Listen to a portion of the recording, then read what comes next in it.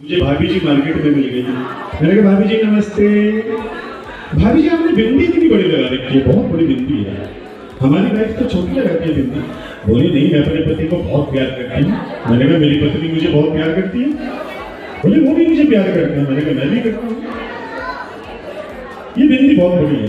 खैर वो 15 दिन बाद मेरी बिंदी छोटी हो गई। मैंने कहा भाभी जी ये बिंदी छोटी हो गई। बोली उनकी तबीयत खराब चल रही है, बीमार है भाई साहब आपके। मैंने कहा चलो ईश्वर से प्रार्थना करेंगे। 2 महीने बाद मेरी बिंदी बहुत छोटी हो गई, जैसे आप सब लगाते हैं पेंसिल के मार्क जैसे। मैंने कहा भाभी जी, बोली वेंटिलेटर पे हूँ, मामला बहुत खराब है, सीरियस है। खैर 3 महीने बाद मेरी बिंदी बड़ी हो गई। मैंने कहा भाभी जी बधाई हो, बिंदी बड़ी हो गई, मैंने ईश्वर से प्रार्थना की थी वो ठीक हो जाए। बोली नहीं वो तो निकल गया, मैंने दूसरा कर लिया, अब ये दूसरे के नाम की बिंदी है भाई साहब। तो ये तो भाभीयों का आजकल होता है। एक भाभी जी मुझसे नाराज हो गई।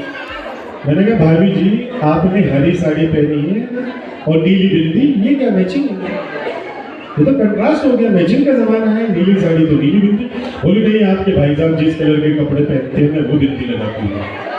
अगले दिन देखा भाभी ने सफेद साड़ी और काली बिंदी। मैंने कहा भाभी जी ये, बोले उन्होंने आज काले कपड़े पहन रखे हैं। 3 दिन बाद देखा बिंदी गायब। मैंने कहा भाभी जी आज भाई साहब नंगे घूम रहे हैं क्या? बुरा मान गई साहब, बिंदी लगाना भूल गई तो भाई साहब नंगे घूम रहे हैं घर पे।